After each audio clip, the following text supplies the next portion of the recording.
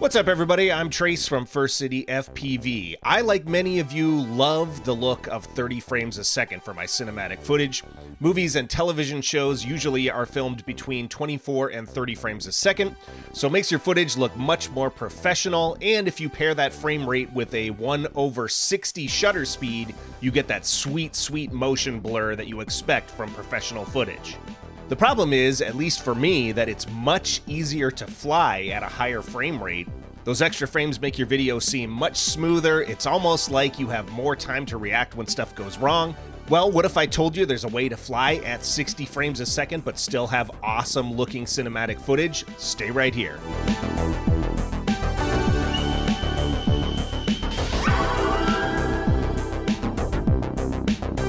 I'm no photography expert, but from what I've learned, typically you want your shutter speed to be double your frame rate. So if you fly at 30 frames a second, you want your shutter speed to be 1/60 to get the correct amount of motion blur.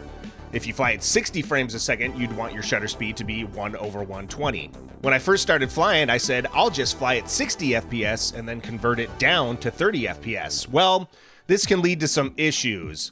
Not only will your shutter speed not be correct, so you won't have the correct amount of motion blur, but you can also get some weird blurriness and stuttering in your frame rate during playback when you convert to 30 FPS.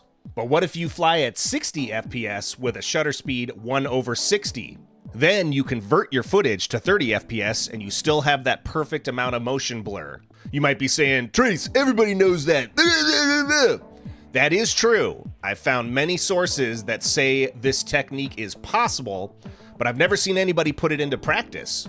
So today I wanted to show side-by-side footage that shows video that is shot natively at 30 FPS and compare it to video at 60 FPS that has been converted to 30 FPS with a shutter speed of 1/60.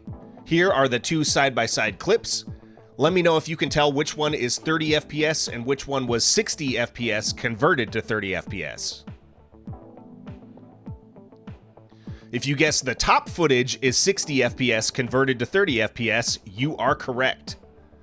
Let me know in the comments if you actually notice any difference between the two videos, because I can't, but I'm sure there's many video/photography experts out there that might be able to point out some subtle differences. Thanks again for watching. If you found this video helpful, please like and subscribe for more content like this. I'll see you next time.